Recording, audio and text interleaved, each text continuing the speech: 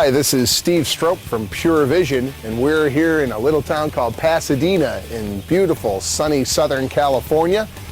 And we're paying a visit to a car that I loved building and still love, and its name is Hammer.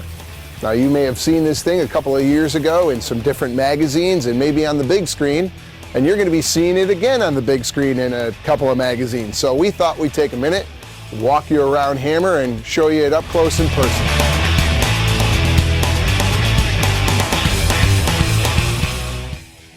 So we're going to start by walking around the outside and telling you a couple of things about Hammer's exterior.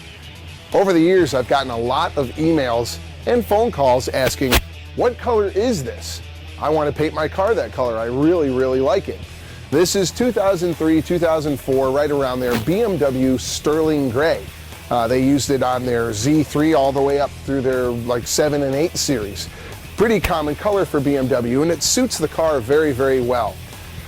A lot of you that have known Hammer through the past will notice the brand new edition of this CUDA style Hemi hockey stripe. I designed it for the car because, as we'll show you, we have a brand new all aluminum Hemi under the hood. This, we drew it out. I wanted to give the car a little bit of a more muscle car feel, and also to proclaim, obviously, the new power plant under the hood. So I designed this up, and then my paint and body guy, Russ Stevenson, applied it. This is actually a paint. This isn't a decal.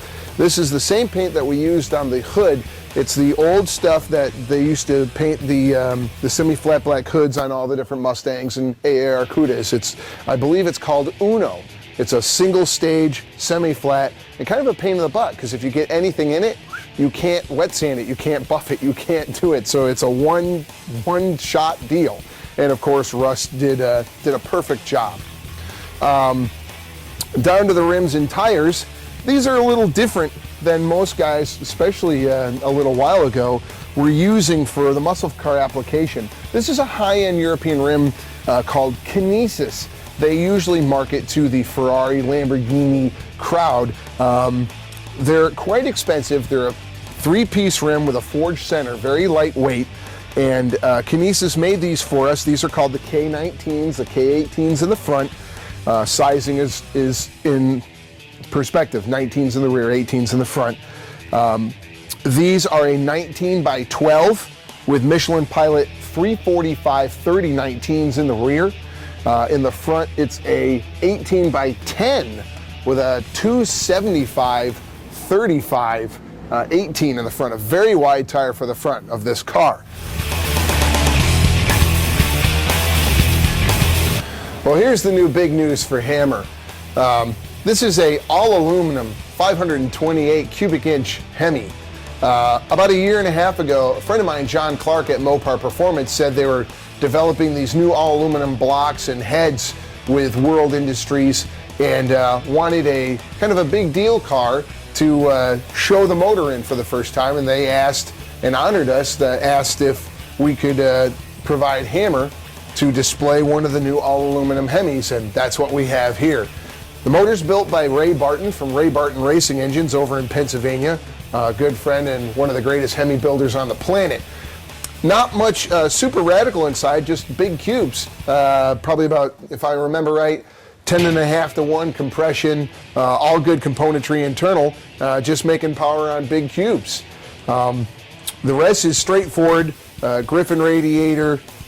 We have Billet Specialties True Track system, which I love, the single serpentine pulley system housing the power steering pump, the alternator, the AC compressor, and of course vintage air AC, keeping the car cool for the owner. The rest of the stuff that you can't see underneath, the front suspension is a piece from Altercation. It's a bolt-on replacement K-frame with tubular upper and lower A-arms, a rack and pinion, and adjustable coilovers. The rear is more simple. We just took the factory leaf spring design, moved them inboard about 3 inches per side, used a set of leaf springs made for the car from Eaton Detroit Spring. We dropped the back end about an inch, inch and a half, and subframe connectors welded into the body, and you're ready to go.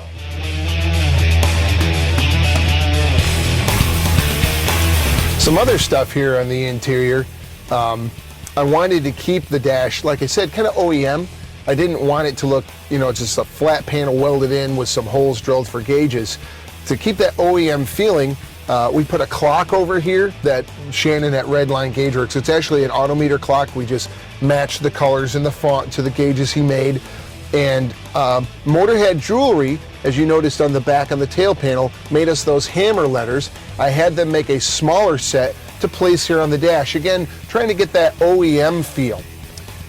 Connecting you to the road, this is a Flaming River tilt column, and that's just a beautiful, straightforward Lucara steering wheel. You'll notice around, if you can see, it's a nice set of formed kick panels that have the separates, the mid and the tweeter speakers in it. This nice center console. All those were done by the same guy that did the interior, Jerry Noon. I love these front seats. They're actually the stock seats. No, they're not. We're gonna stop.